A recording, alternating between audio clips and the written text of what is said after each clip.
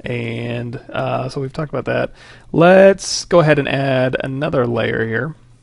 And on this one, let's go ahead and do some particles. So if I click the particle brush here, this has all sorts of crazy cool stuff in it. So with the particle brush selected, I'm just going to let's do laser impact first. So with laser impact selected, and just for speed purposes, let's go ahead and leave it at 24. It'll be fine.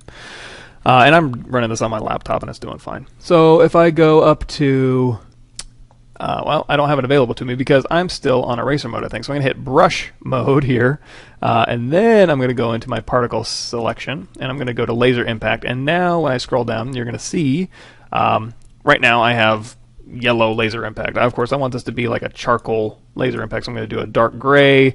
Height, I can go ahead and have it bump in a little bit. Roughness, it'll be pretty rough when a laser impacts and kind of just leave some wear behind, and then metallic, it'll be completely non-metallic. So I'm going to go ahead and start hitting this guy with some lasers. So I'm going to go in here, and when I tap on my object, it's going to leave a particle and kind of spread across my object here. And of course, I can make my particle size bigger or smaller, so a big laser impact will go through like this, and just go ahead and tap my object.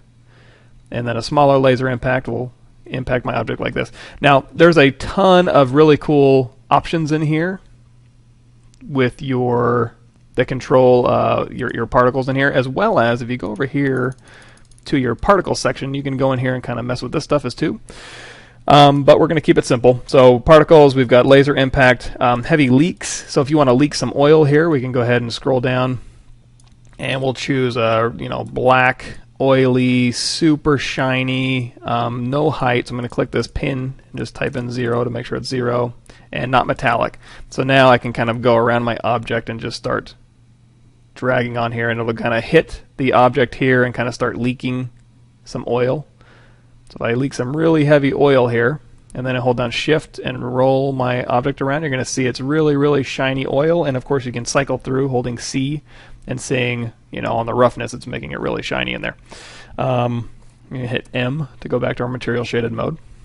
Now that doesn't mean you have to do this all the time, or do all your channels all the time. What you can do is if we go over here to rain, let's do rain. So if we go over here to rain, I'm going to shift and go around here to the back. And before I do this, what I'm going to do is I'm going to go ahead and do a fill, and we're going to fill this with just a really dull plastic so you can kind of see what's going on here. So this is going to be, we'll do a really dull green plastic. There we go. So as I pass the light around, you can see how dull that is. On this, above this fill layer, I'm going to make it rain. So I'm going to have rain selected as my particle, and I'm going to turn off color, height, and metallicity, and just leave roughness on. Now if I make it super dark, it's going to make everything underneath where it hits super shiny. And let's go ahead and change our environment map too. Let's change it to something sunny. I guess that'll work. So if I click and just tap in my scene, you're going to see it starts making it rain particles all over my object. So I'm going to let it do that for a little bit. And it kind of collects around the crevices of my object here.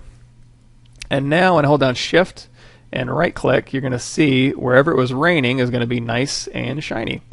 Same thing with Sandstorm. So we can go ahead and choose Sandstorm. Now out of the Sandstorm, I'm going to have the roughness be pretty rough, and I'm going to have the color be kind of sandy.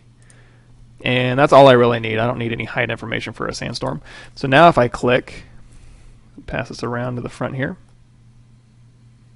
you're going to see as I let that sand kind of collect on my object here, it'll start collecting sand.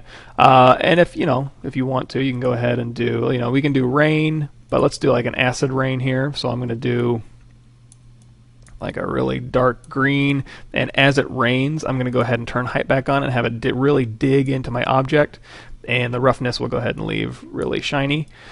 And now when I let it rain, you're going to see where those particles hit, it's going to leave a groove behind, and it's going to fill it with a dark, nasty green. So all sorts of cool things you can do, and there's burns in here. Really, really cool stuff. As well as tools. These are things that can be made in Substance Designer. So like bullet impact, you can select that. Choose how big you want your bullet, and you can just go ahead and just start lighting this thing up with some bullets here. As well as metal stitches. You can go through here and roll.